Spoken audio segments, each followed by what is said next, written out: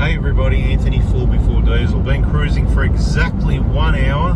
We're getting 10.3 litres per 100 k's and we're on exactly approximately 100 kilometres an hour. This will give you the correct speed in the middle of the picture, 100, 101 thereabouts. And I wanted to point out how much harder the little 2755cc works compared to the 1kd, or you'll have your own comparisons on your own diesels. But top left is the coolant temp, 90 degrees. If I was driving in my heavier Prado 1kd, it'd be on 87 in these conditions. The transmission, the top right and the middle right side, and in the middle at the top, 90 degrees in this one. There's less cooling effect from the pan on these. The transmission runs at about the same as the coolant temperature, so it does run hotter. It's not a problem, but you're not going to have that same cooling effect. Now, things are going to change. We're coming into an 80 zone. At the bottom line, EGTs, most commonly sitting all across on about 460, okay? So I just thought that was interesting as well, that it runs, see the temperatures, EGT1, the one on the left bottom left's coming down to now. That's more like what a 1kd would sit on, that sort of temperature at 100 k's an hour. So the 1GD definitely works a lot harder. So anyway, I thought we may as well get to our destination and then finish off and have a quick discussion on some comparison data. But I'll show you the vehicle just quickly, just so you know. No, not towing anything at all. It's not loaded, it's not heavy, it hasn't got a bull bar.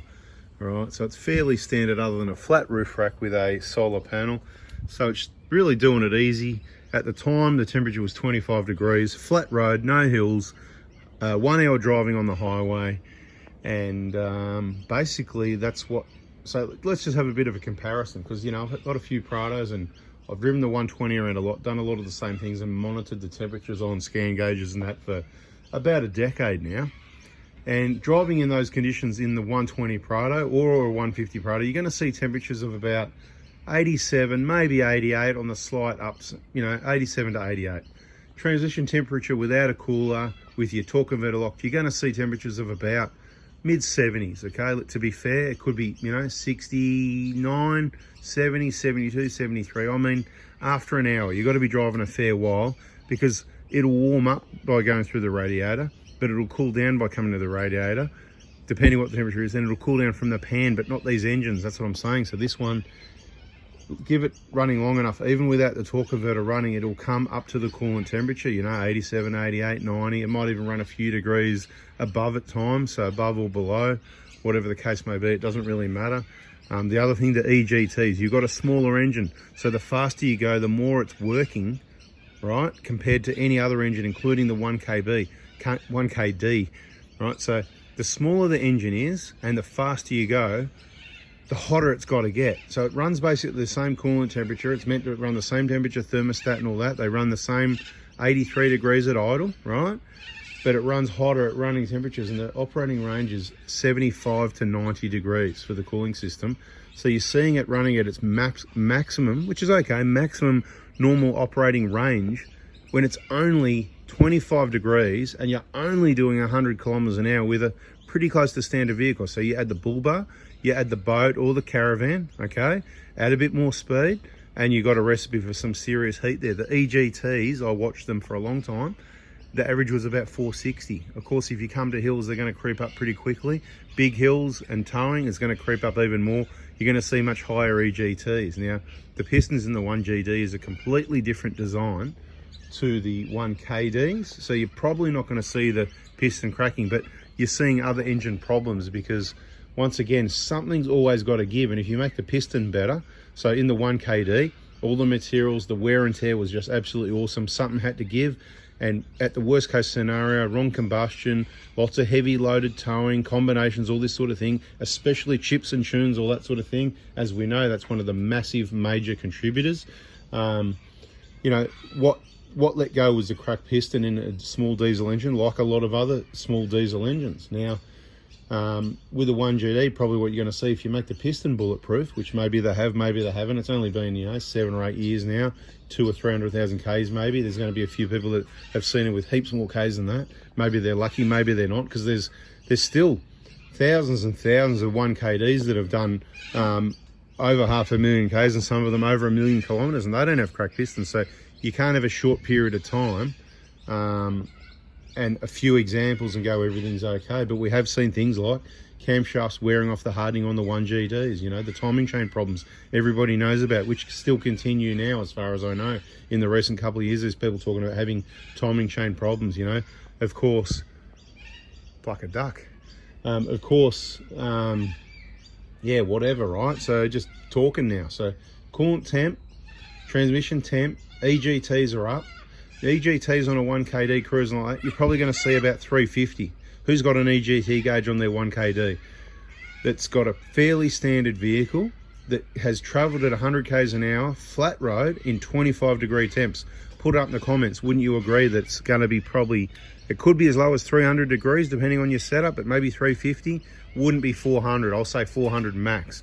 And these are running 460, 470. I'll probably say you're comparing 350 to 450. So you're looking at about a 25% increase in EGTs.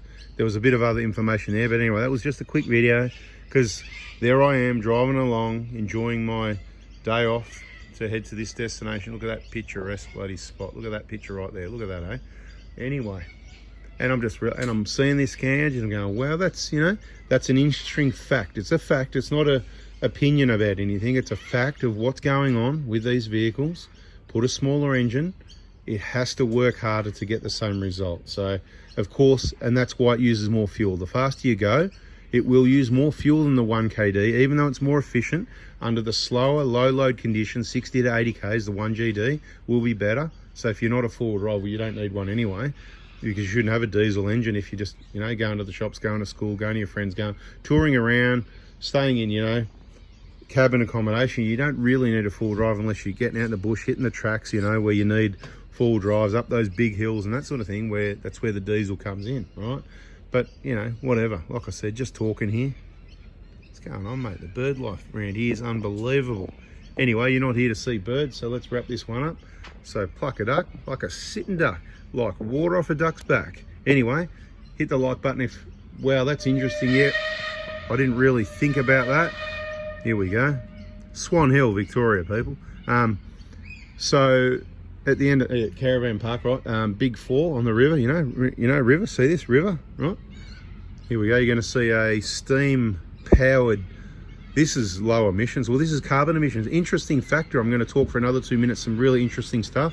You know, that meeting's on, you know, the climate thing. I just wanna say, carbon emissions, did you know methane emissions are more than 100 times worse than carbon emissions, as in, you know, comparable kilo to kilo or whatever, however you do your, I'm not the scientist on this, but methane's 100 times worse.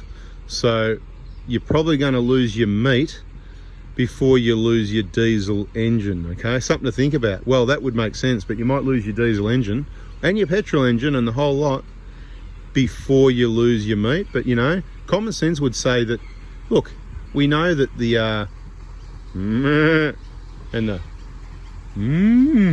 whatever it is, right, they put off more methane and emissions than all the you know, that's what people have been promoting, than all these sorts of things, you know, all these caravans, cars, trucks, planes, buses. So they do more damage. So we've got to get rid of the animals. And hang on, was that someone watching this video that I heard had a little fluff there? Did you have a little fluff? I think that's, well, if it doesn't smell, that's methane, so you're adding to the problem. So can you please stop doing that? I wonder if you hold it in, does that mean it's okay? There you go. There's the, I think he gave you guys a toot, mate. For all the people still watching, give him a toot back. Put a picture, you know, the emoji, the little brr of the horn in the comments.